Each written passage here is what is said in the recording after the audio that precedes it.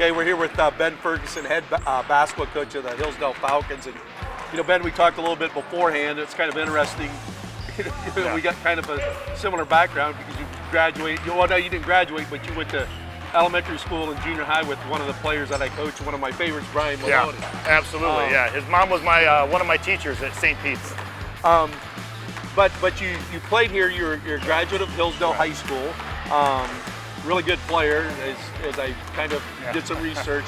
And then you also played for a guy that I worked camp with, was Lynn Weiss. So I guess as you've gotten this job here at Hillsdale, how is that kind of that experience of playing here, then also playing for a coach like him, kind of helped you with this job? Yeah, so I'm a big community guy. I grew up here. I came back to school here in 6th grade and came on up through, graduated in '95. And played for Lynn West, and he's one of my favorite people. He was a tough coach, very, very tough, very demanding, all about defense first, and that's where I learned to love the game.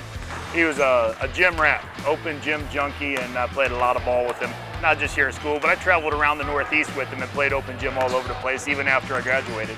So, always lived here, built a house here, raised my family here, and really excited to be back here. And it's my 2nd year, real excited about it. What kind of playing off of that? You played here, you're living here. Yeah. What kind of makes Hillsdale, this community, a special place for you to want to come back and be the coach, and also to raise your family here? Yeah. So the Hillsdale. When I say Hillsdale, it's not a school to me. Right. It's a community, and it's Dronesville, Hayesville, Mifflin, and the surrounding area. And really, the people here, I really believe there's second to none. Even when the sports programs weren't so good, basketball's been through a rough stretch for quite some time. They still had a ton of people at the games, and everybody kept positive, and it's really about the community and the fan support, and I just wanted to be a part of it. I remember it when I played here, and we were a little better than 500. We had a decent team, but I remember the community support back then, and I still remember specific people, specific things they said to me 30 years ago, and it was really it really weighed on me, and I was excited to get back here and coach within the community. Maybe talk a little bit about that journey of how you got this head coaching job. Yeah, so it's a little unique. It's not a traditional head coaching experience. I didn't work at the school or anything, but I had been coaching youth programs with my youngest son, Lowen, since 2nd grade, 3rd grade, and on up through. And when he went on to 7th grade, they actually asked me if I would coach in 7th grade here, and I said sure. Came in, wonderful experience, loved it. It was a little tougher because before then I primarily coached in the evenings when my time fit, and in the weekends with AAU and different community ball. But being a little more part of the school was tougher on my schedule. But I was able to work that out with the businesses that I have, and it really, it was a wonderful experience coaching here at Hillsdale in the 7th grade. Then the job came open, and I applied. There were several other people, and I remember talking to them and said, listen, if you can find somebody better, please hire them, because I really wanted the best for the boys and my son coming through. I wanted him to have the best experience. Business person, got several as I've read, been very successful in the business world. How have you used that experience to kind of translate coaching a high school basketball team? Yeah, well, this is going to sound funny, but it's probably more so about the times I wasn't successful. Because, I got to be honest with you, a lot of times people say, you were very successful in the business world, and that, I've had some success, but what people don't realize is all the failures I've had. Because I've had some failures. Luckily, knock on wood, I haven't had a business fail, but I've had some deals fail. Some were my fault, some were just the way things go in the business world. And I've learned a lot from that, and really the biggest thing I take away from the business world is just managing people. Managing and motivating people, and it's absolutely the same thing with the boys at the school, just different ages. And with teenage boys comes a different set of challenges, but it's a similar situation, just managing and motivating people. I think you bring up a good point, because I've always told our team, when we start a season, we're not going to have a season without any adversity. Right. I think the same thing as you just applied.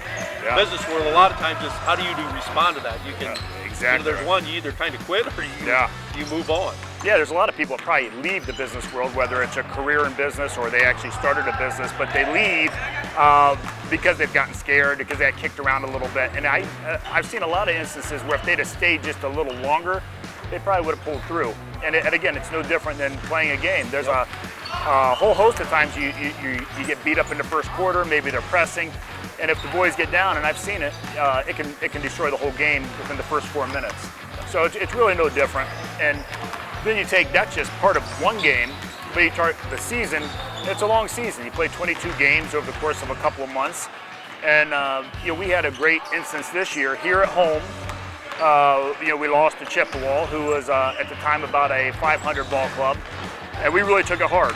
And I told the boys it was more so how we lost. We got beat up and down the court. That's not how we play ball. We shot bad, which I can understand. Sometimes you're just going to shoot bad, but their effort wasn't there that night, and we learned a lot from that. They're probably tired of me bringing up the Chippewa game, and luckily we just had a day of revenge. We just played Chippewa on Friday. We handled them.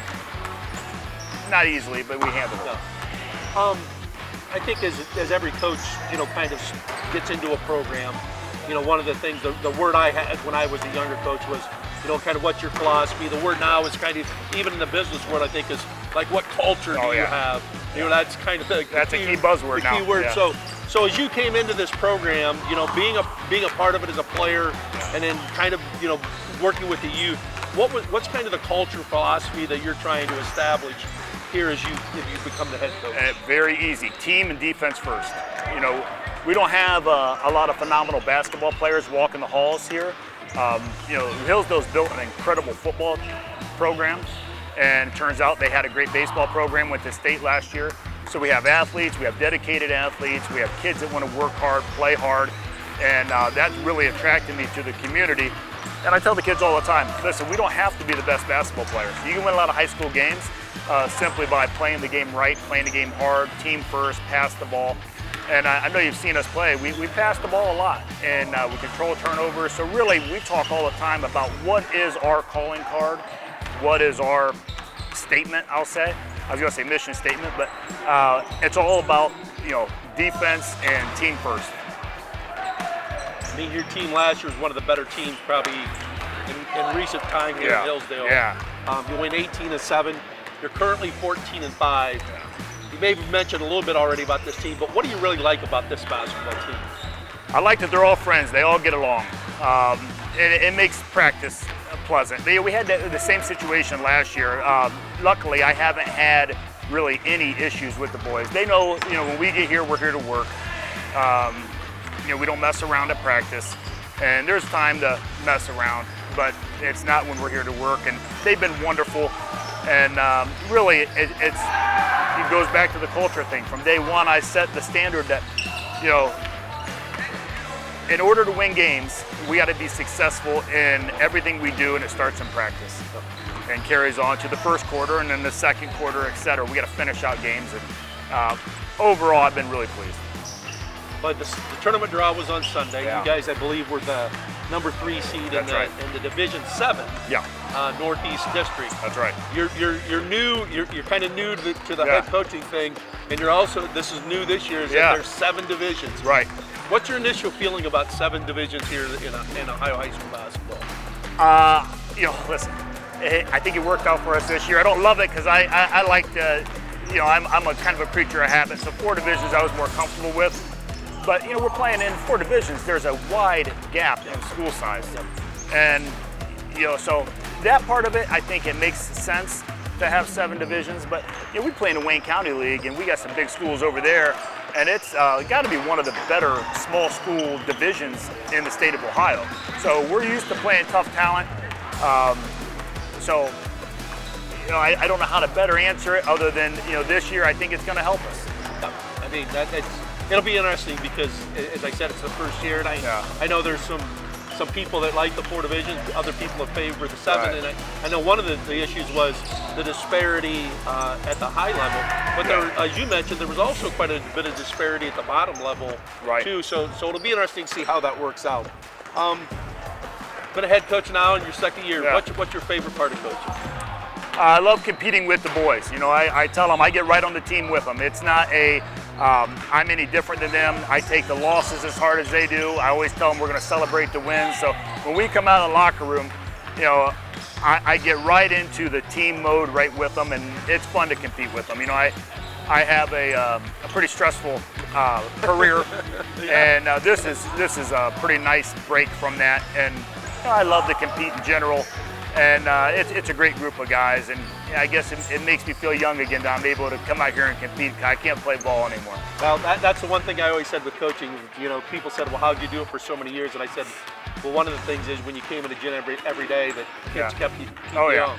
Oh yeah, absolutely. But let's flip it 180 degrees. Yeah. Is there a least favorite part of coaching? You know, I've only done it a year and a half, so I can tell you the truth. I don't have a least favorite part yet. Now, if you ask me 2 years from now, I probably have one. But everything's been great. I can honestly say that. I really love every minute of coaching. So, you know, of course I don't like the losses, but that's part of it. That's part of it. So, at this point in time, it's losing's the least favorite part. I'm going to rewind this and remind myself. At this point in time, I say I don't have a least favorite part. I love what I do. Well, it's always great, as I said, it's always enjoyable to come over and see you practice. I mean, you guys have had a really good year so far, and I think, you know, talked a little bit about your team, about the tournament draw. You got a pretty good tournament draw, so on behalf of the OH Report, we wish you guys the best of luck as you wrap up your regular season here, and then head into tournament play here in just 2 weeks. That's right. Man, I appreciate you guys coming. Thank you much. Good. Nice meeting you. Thank you. Thanks. Thank you.